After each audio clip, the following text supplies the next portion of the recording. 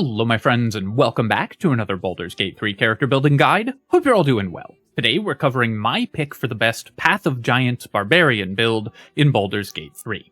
This is one of the most consistent and powerful damage dealers in the game, dealing excellent damage turn after turn after turn with almost no possibility for failure. On top of that, every single attack brings with it incredible crowd control, so you'll be stunning enemies left and right while dealing excellent damage. In addition to that, you get to use some cool item combinations that no other character in the game can use as well, so you get some unique and fascinating mechanics, not to mention that Big Karlach will just make you very popular on Tumblr. So if you're looking for a damage dealer for your honor mode party and want to add a bunch of crowd control as well, all for free, or simply want to be someone who gets to see a giant woman, this is the build for you. Before I begin, I do want to take a quick moment to say thank you so much to Felix Kalpa for the $20 donation, Chad Ketchum for the $10, Rob Anybody for the 50 lei, which I hope I'm saying right, and Drytech and Ian Stark for becoming channel members. Thank you so much, my friends. I really appreciate the support. Really means a lot to me. Alright, let's get gigantic.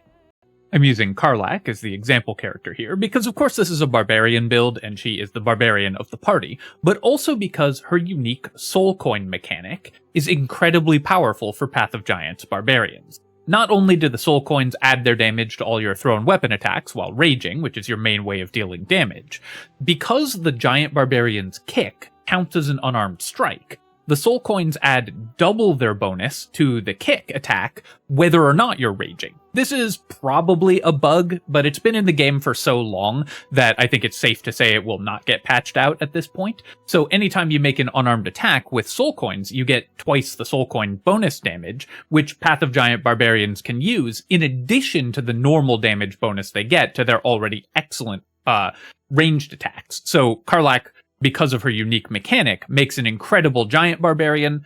She's just going to do more damage than any other character. If you're building this as a custom character, I wouldn't recommend Zariel Tiefling, because giant barbarians already get thaumaturgy and you can't use the racial smites while raging, so unless you're specifically Karlach, don't pick a Zariel Tiefling for a giant barbarian. Great options that you should pick include Halfling, because this is a Tavern Brawler character, so you're going to be hitting all of your attacks unless you roll a natural one anyways. Playing Halfling reduces the number of misses from 1 in 20 attacks to 1 in 400 attacks, so makes the character even more reliable. Gnome's advantage on mental saving throws is incredibly powerful as well. This character, of course, is naturally resistant to physical damage as a barbarian, so this makes you even more unstoppable. Wood Elf or Half Wood Elf's bonus movement speed allow for great positioning, though really any race works very well for a giant barbarian. You get all the proficiencies that you need, so you can pick pretty much anything, but those are the ones I would pick from an optimization standpoint. For this build, as part of my Simple Builds series, we will be focusing on a monoclass giant barbarian, but regardless of whether you're multiclassing or not, you're almost always going to want to start with barbarian anyways. Getting our level 6 ability online as soon as possible is the highest priority for this build, so you always want to start with a level of barbarian, even if you intend to multiclass.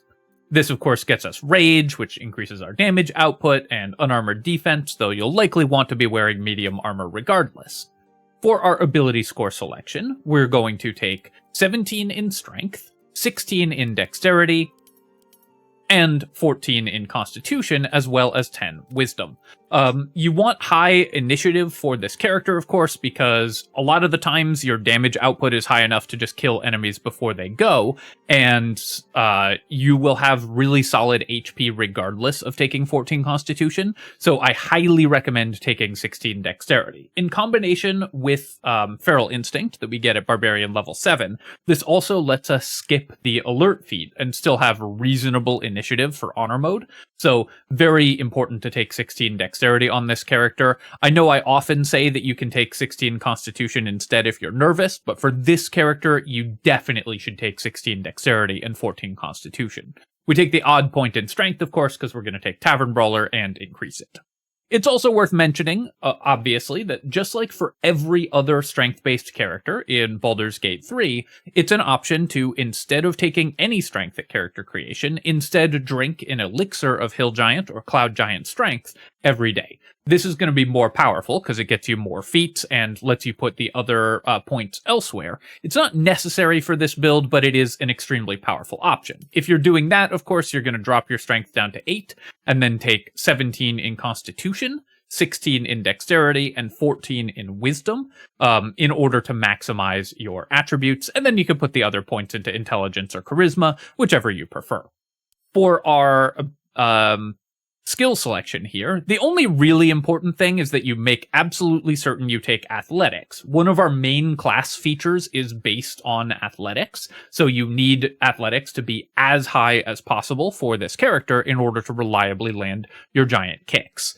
Since you can get them as well, you might as well take Perception, because any character with access to Perception benefits from having it, just makes your whole playthrough much smoother. And as a Barbarian, I like to take Intimidation, because even with negative Charisma, the save DCs on Barbarian's unique Intimidation dialogue are set very low because they expect you not to have super high charisma, so you can often succeed in dialogue checks as a barbarian if you have intimidation proficiency, even if you don't take charisma.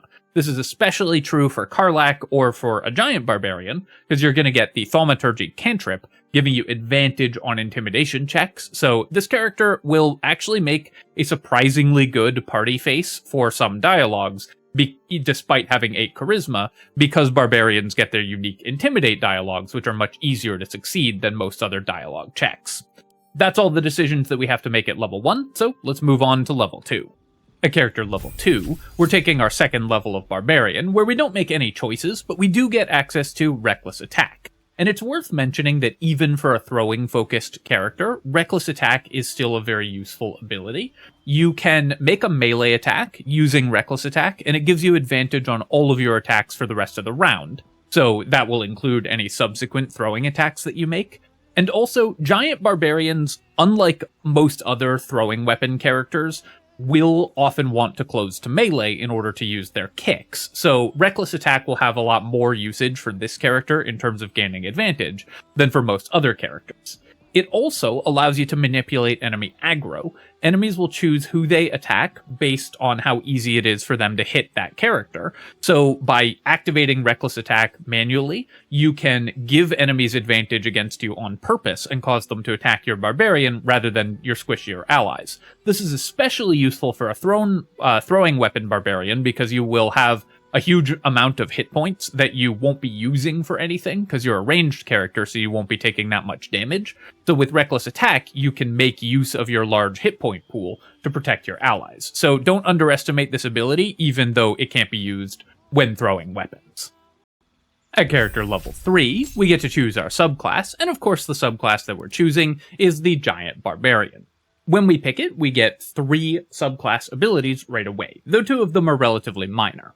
The first of these is Vapric's Greed, which increases our carrying capacity by 1/4. It does mean that as a strength character, we can carry a lot of stuff, but this ability mostly doesn't matter and you can pretty safely ignore it.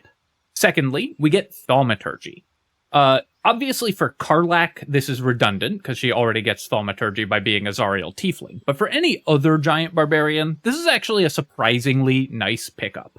As I already mentioned, giant barbarians, or barbarians, have a lot of unique intimidate dialogues throughout the game, and the difficulties for those dialogue checks is often very, very low, because the game reasonably doesn't expect your barbarian to have a lot of dialogue skills. So adding advantage to those unique intimidate checks means that you'll pass them extremely reliably, even with 8 charisma.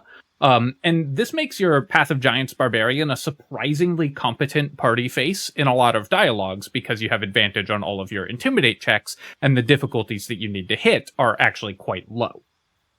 In addition to that, of course, we also get Giant's Rage, which is the real reason that we're here. Giant's Rage works like normal Barbarian Rage, giving you +2 to damage, resistance to physical damage, and advantage on strength checks and saves. But then, in addition to that, also increases your size by 1 category.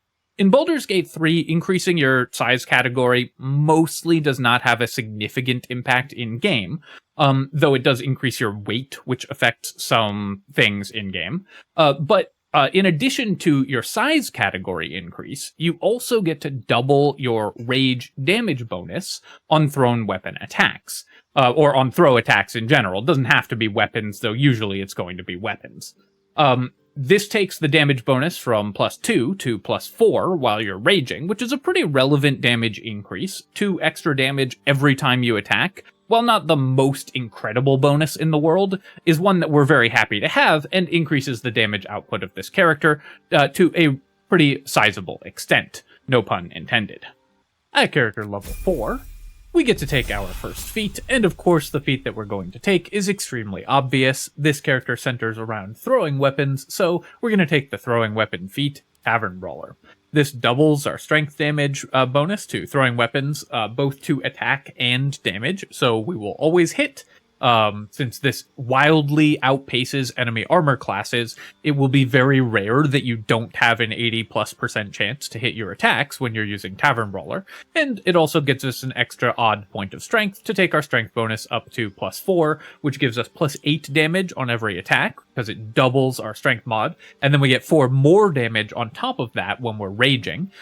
So our damage output when we are raging and throwing a weapon is ridiculous. The amount of flat damage that we add on top of whatever damage our weapon or thrown item does means that our damage output is both incredibly powerful and incredibly reliable, since it can't miss and it's not dependent on rolling high on dice, since it's all flat damage that we add to our attacks. So you can be very certain that if you have the damage to kill an enemy, that enemy will die. You don't have to worry about randomness when you're playing this character.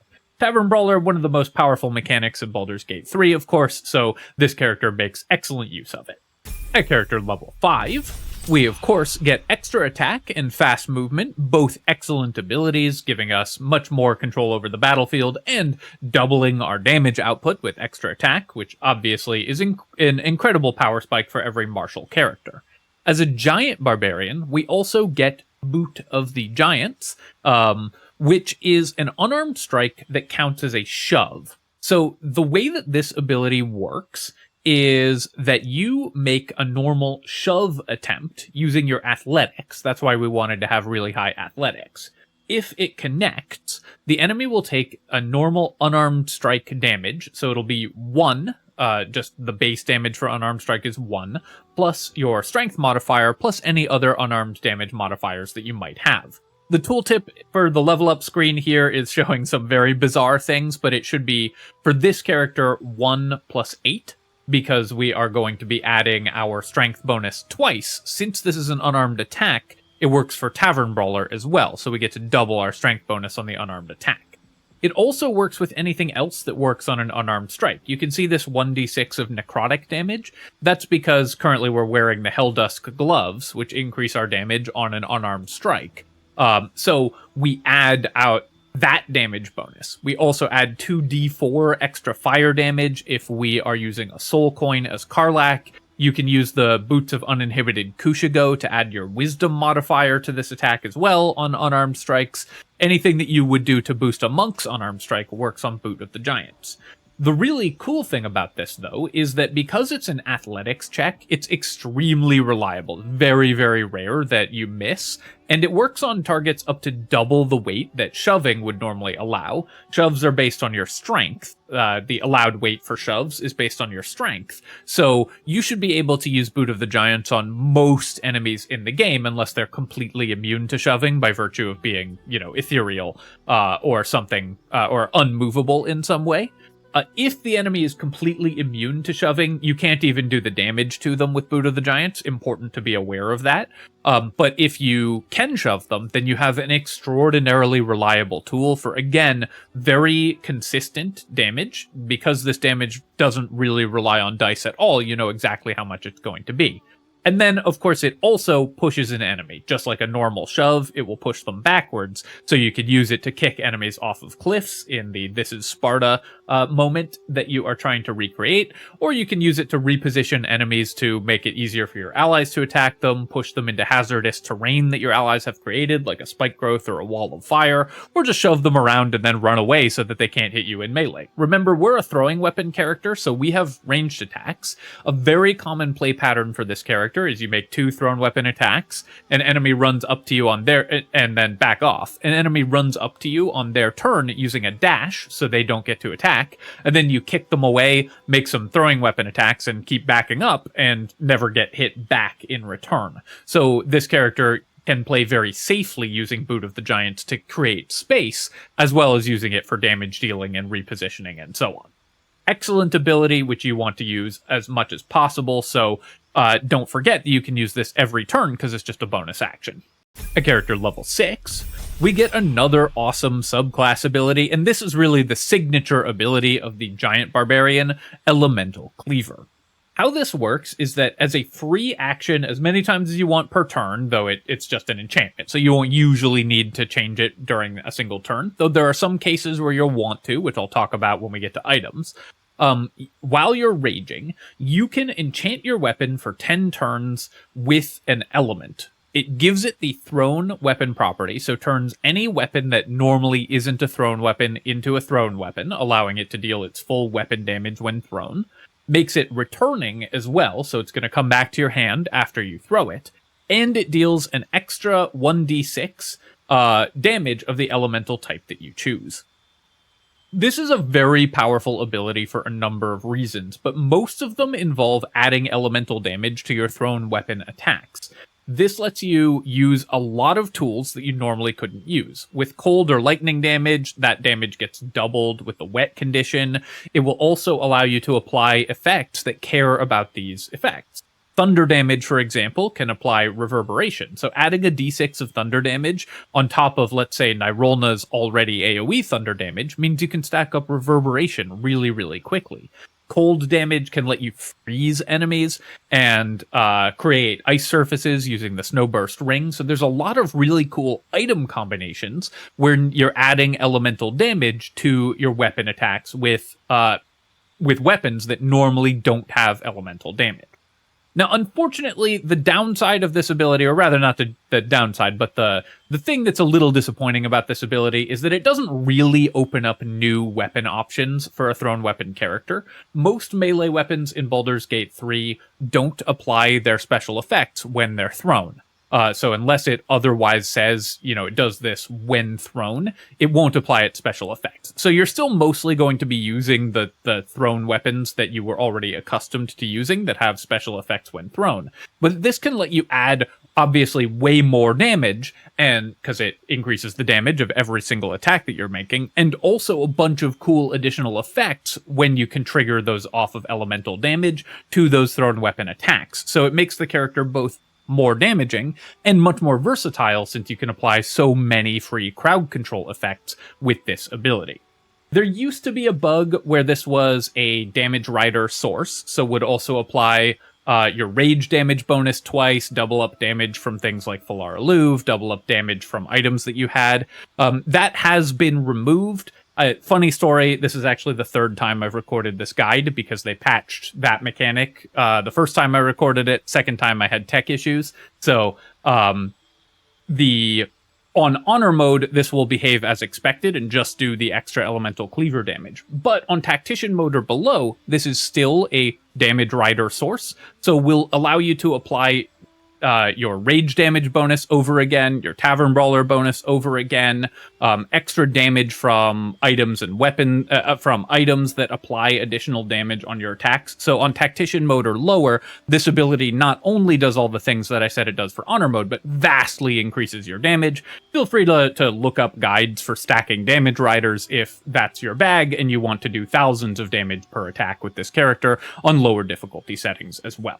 But the main thing here is that it lets us trigger elemental effects that care about specific elemental damage on weapons that normally wouldn't allow that, making this character capable of doing really, really cool things with items. Now that we've gotten our level 6 Giant Barbarian ability, some builds will want to multi-class out and start taking levels in Fighter and stuff, but for this build, of course, we're taking more levels in Barbarian, and obviously we want to do that because we were 1 level away from one of the best abilities in the game in the form of Feral Instinct. Feral Instinct gives us +3 to Initiative and immunity to Surprise, so it's basically 3/5 of the Alert feat, taking our total initiative bonus up to +6. That's still a little low for honor mode for the end game, but means that we're one piece of initiative gear away from having excellent initiative for the entire game. And at level 7 means we're going to go before pretty much every enemy in the game, no matter what. So Feral Instinct, an incredible ability. That means we will always be going first. We'll either kill enemies before they can go, or crowd control them so they don't get to fight back, making this character excellent at ending combats before they ever start. At character level 8, we get to take our second feat, and of course if we're building strength naturally, then we're going to take an ability improvement to increase our strength. Since we have 16 Dex and Feral Instinct, we don't need to take Alert on this character, so we can just max out our strength right away. This is a massive bonus to our damage output, of course. It makes us even more accurate, because remember, our strength is doubled on everything that we're doing with this character, thanks to Tavern Brawler. So going up to 20 strength means that the character gets even more accuracy and even more damage. If you're using strength elixirs, then there's a couple different options for your second feat here. Obviously, your first feat is still going to be Tavern Brawler. But for your second feat, you could take Lucky to make the character even more reliable. You could take Alert to go up to +11 initiative bonus, which will mean that you don't need any initiative gear and will go before even the very, very fastest enemies in the game, so a great option as well. Mobile gives you a nice set of optionality in combat, letting you move away without taking opportunity attacks, as well as just giving you more movement speed. There's a few different options. One reason that I think this character doesn't really need the elixirs is that you don't really need the extra feats. We're very happy just taking Tavern Brawler and then strength increases, but there's definitely some feats that are pretty nice to have, such as Mobile, Alert, or just increases to our dexterity for even more armor class and initiative as well. At character level 9, we get Brutal Critical, which doesn't work on throwing weapon attacks, it's melee attacks only, so unfortunately does not do much for this character. But what we do get is an increase to our rage damage. Our rage damage goes up from 2 to 3. There used to be a bug where the Giant Barbarian extra damage when throwing weapons wouldn't increase at level 9, but they have fixed that bug as of hotfix 30. So now this increases our bonus damage when throwing weapons from 4 to 6, which is, again, a pretty meaningful increase. Yes, it's only 2 damage per attack, but we're making a lot of attacks and adding a lot of flat damage to our attacks now, making our damage incredibly reliable and incredibly consistent. With this character, one of the really nice benefits is you know almost exactly how much damage you're going to do with every attack. And you're going to do that damage with almost every attack because you almost never miss. So you can plan your turns very easily with a Giant Barbarian in the party because the amount of damage that you expect to do is the amount of damage that your character is going to do.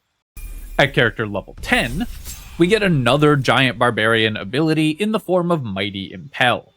This allows you to throw an creature or object that's medium size or smaller as a bonus action. This works just like a normal throw, so it's very similar to the Berserker Barbarian's bonus action throw, effectively a third attack every round for this character using our bonus action. So now we don't have to close to melee damage to use our kick, and our damage output has increased significantly when we've reached level 10 here, because we now effectively have an extra attack every single turn. We can also use this to hurl enemies around the battlefield pretty easily, or even throw our allies if we happen to want to do that for reasons of strategy or possibly hilarity. At character level 11, although we're focusing on a monoclass barbarian for this build, so I will show you our next 2 barbarian levels, I will say that I highly encourage you at Giant Barbarian level 11 to instead multiclass and take 2 levels of fighter if you're playing on difficulties higher than explorer and are allowed to multiclass. Getting access to Action Surge at fighter level 2 is better than anything else that you can get. There's no feats that we particularly need from Barbarian level 12, 12. So taking 2 levels of fighter will increase our damage output. It makes us better at defending ourselves with the defense fighting style as well, and gives us action surge, one of the most powerful abilities in the game. There's no decisions that you have to make at these levels, so you just take 2 levels of fighter, you action surge when you start combat to get 2 extra attacks at the beginning of combat, and then you will just kill enemies much, much faster. So while of course I'm going to show you the Barbarian build here, I do strongly recommend multi-classing for the last 2 levels of your Giant Barbarian build. You will end up with a much more powerful character if you take 2 levels of fighter. For our Barbarian level at this point, we get Relentless Rage, which is not a very reliable defensive tool, because enemies that deal multiple damage instances can still sometimes kill you through it, though it can maybe save your life. By the time you're level 11, you really should not be getting dropped to 0 hit points, though. You should just be killing everything before it acts. So this ability mostly doesn't matter. And finally, at character level 12, of course, if you've taken your 2nd level of fighter here, then you will get Action Surge, increasing your damage output at the beginning of combat massively. But if you're taking a 12th level of Barbarian, we get an extra Rage Charge, which is very nice for this character, which is very dependent on its rages, and also another feat. For our feat here, there's a couple options that we can take. We can take Alert anyways. Going up to plus 11 initiative stops us from having to use any initiative gear on this character, and still gives us the first turn in every combat in the game pretty much. Or we can take Lucky.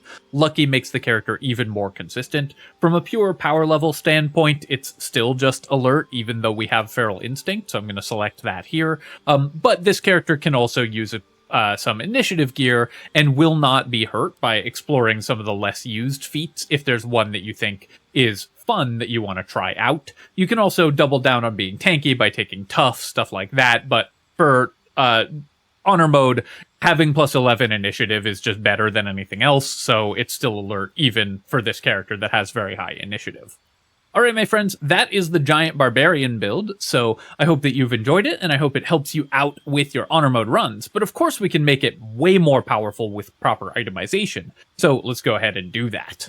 For items for this character, the really cool thing about the Path of Giants Barbarian is how it uses some item combinations in a completely unique way. There's basically 2 different ways that we can build the character. We can either center around using Elemental Cleaver on lightning and cold damage, and maximize our crowd control with every one of our attacks for a ton of free crowd control, or we can center around using it on thunder damage to still get a ton of crowd control but deal a little bit more damage. Either of these make excellent choices, it depends on what you want. Let me take you through the lightning and cold version of the build first. So for the weapon for this build, you're going to use the lightning jabber. The reason for this is that this deals piercing damage and lightning damage, so it won't break the frozen condition that we're going to be applying with the Winter's Clutches, which allows us to apply Encrusted with Frost. Encrusted with Frost works like this. Whenever you deal cold damage with the Winter's Clutches, they get 2 turns of Encrusted with Frost, and when they have 7 stacks, they have to make a con save, or they become frozen for 2 turns. Frozen completely incapacitates the enemy, but breaks if they take bludgeoning, thunder, or force damage. So that's why we're using the lightning jabber, because it doesn't deal any of those types of damage, and still does a significant amount of damage output as a throwing weapon.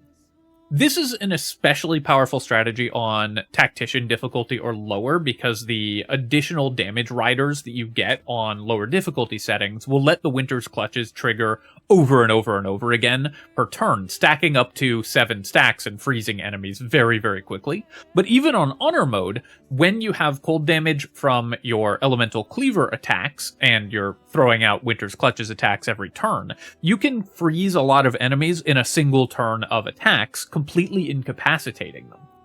Using the Winter's Clutches combined with the Cold Brim Hat means that we can freeze enemies extremely quickly. The Cold Brim Hat triggers Encrusted with Frost anytime an enemy receives a condition from us, and that condition can itself be Encrusted with Frost from the Winter's Clutches. So on our first attack, we'll get 4 stacks. On our second attack, we'll get 2 stacks, because the Cold Brim Hat only works once per turn. So we just need any other source of an extra attack from it. From Action Surge if we're a fighter, from a speed potion, from haste from an ally, from a bloodlust elixir, etc., or any other way to deal cold damage, and we instantly freeze enemies. On tactician mode or lower, this works on just 2 attacks because all of these effects are doubled. Since you'll be doing 2 instances of cold damage with every throw, thanks to the damage rider bugs. So on tactician mode or lower, this is especially strong because it freezes enemies instantly without needing to make any additional attacks. Because we're doing lightning and cold damage as well, you can just use a bottle of water as a thrown weapon. That just takes one of your attacks and gets enemies wet. Also, of course, your third bonus action throw with the lightning jabber, once you're level 10, works to freeze enemies immediately as well. Since we're using lightning and cold damage, throwing a bottle of water at enemies gets them wet, which then doubles your lightning and cold damage, which we're doing tons of, so we do tons and tons of damage with this combination. The lightning jabber also even on honor mode, but especially on lower difficulty settings, also stacks damage riders with its extra lightning damage, so you can end up with ridiculous damage stacking with this combination of items. You can combine all of that with the snowburst ring. Whenever you're dealing cold damage, you create ice under enemies, and that crowd controls them even further. Even if you don't freeze them, you'll create ice surfaces. So every 2 attacks, you're freezing an enemy, and every attack, you're creating an ice surface underneath that enemy, which will cause them to move, if they move on their turn, very possibly just fall over and lose the rest of their turn. So very powerful combo, makes the battlefield inhospitable for enemies, and freezes them constantly. The other alternative is to use Nirolna as our thrown weapon. This will allow us to deal thunder damage with every throw, and then we set our elemental cleaver damage to thunder as well, and then we're using the Boots of Stormy Clamor and the Gloves of Belligerent Skies. This will let us stack up reverberation super quickly, so we're dealing a ton of damage and also a bunch of crowd control with reverberation. It's a slightly higher damage setup because it lets us use a better throwing weapon in the form of Nirolna, and also allows us to deal fire damage. One of the downsides of the Encrusted with Frost setup is the freeze breaks if that enemy takes, because when they're frozen, it breaks if they take bludgeoning, thunder, or force damage, and will melt our ice surfaces if we deal fire damage. So it discourages you from using soul coins, which deal fire damage on your throws, discourages you from using Nirolna, but the reverberation setup doesn't have that problem. So you can use these, you can activate soul coins with impunity, deal tons of damage, and extra crowd control. You can even combine this setup with either setup with the luminous armor and the callous glow ring. It requires you to play closer to enemies because the Radiant Shockwave only has a 10-foot range, but the Radiant Shockwave does apply Radiating Orb whenever you deal radiant damage, which you're going to be doing with the Callous Glow Ring because it does an extra 2 points of radiant damage on every strike. So that can let you stack up Radiating Orb and Reverberation, or Radiating Orb and Encrusted with Frost on enemies very quickly. Either of these setups gives you a ton of free crowd control and a ton of damage. This one is more crowd control and especially strong on lower difficulty settings, and this one is more damage overall, letting you use a couple other items. Other really nice items for the character include the Helmet of Grit. We have 2 great bonus action attacks. Starting at level 5, we have our kick. Obviously, we want to rage and use other bonus actions in the same turn as well. And then in the late game, we have just a bonus action throw. So the Helmet of Grit, if we play at half HP, lets us just make an extra attack every single turn. Very powerful item for the character, and one of the best in slot possible items. We also benefit a lot from passive items like the Deadshot or the Hellrider Longbow. If you are not a monoclass barbarian and need a bonus to initiative, you're going to want to use either the Hellrider Longbow or the Sentinel Shield in order to take your initiative up to +9. This character, of course, can use a shield because either of these thrown weapons only require one hand to use. Barbarians get shield proficiency, so you can increase your armor class by wielding a shield. You could also take dual wielder and use an offhand weapon, but there's not that many that are that exciting for the character, so better off just taking a shield, especially the Sentinel Shield's bonus initiative is super strong. For your armor for the character, if you're not doing a luminous armor thing, which does require you to play at closer range, then just any solid medium armor is always a great pick. The adamantine scale mail is going to be your best bet in the early game, and then late game you can swap to the armor of agility or the flame enameled armor, also an excellent choice for this character because it gives you decent AC and +2 to your initiative rolls, so if you need the Hellrider longbow or sentinel shield for another character, this is a different way to get your initiative bonus that you need, and also gives you a bunch of nice resistances and is just a very solid armor overall. Finally, of course, elixirs of Cloud Giant strength are incredibly powerful for this character, as they are for every character that's doing stuff based on strength, and Tavern Brawler characters in particular. This boosts your damage output significantly, even if you've built strength, and of course are mandatory if you're relying on drinking an elixir every day in order to replace taking strength on your character. So we get a lot of really fun item combinations, including some items that you don't normally see used, like these two, which can give you a ton of awesome choices in how you want to gear this character, all of which will be extremely powerful. Alright, my friends, I hope that you've enjoyed this look at the Path of Giants Barbarian, and I hope you enjoy freezing or shocking or thundering your enemies to death. As always, of course, if you have enjoyed the video, feel free to leave a comment and hit like. Helps me out with the algorithm, so I appreciate you taking the time to do that. And of course, you can subscribe to my channel for more Baldur's Gate 3 build guides and other strategy game analysis. Cheers, my friends. I'll catch you next time.